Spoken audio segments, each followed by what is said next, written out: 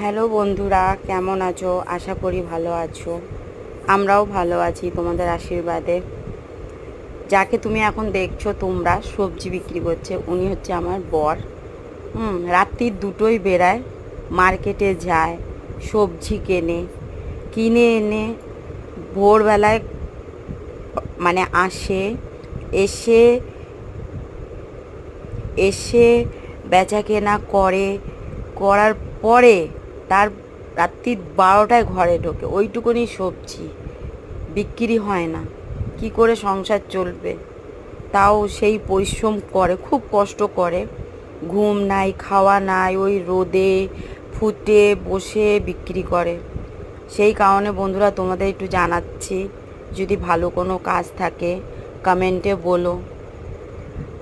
তোমরা আজকে পাশে থাকলে আমরা আজ একটু কিছু করতে পারবো। যেই সবজির দাম 10 টাকা বলবো তারা বলবে 5 টাকা। কিভাবে চলবে বলো বন্ধুরা?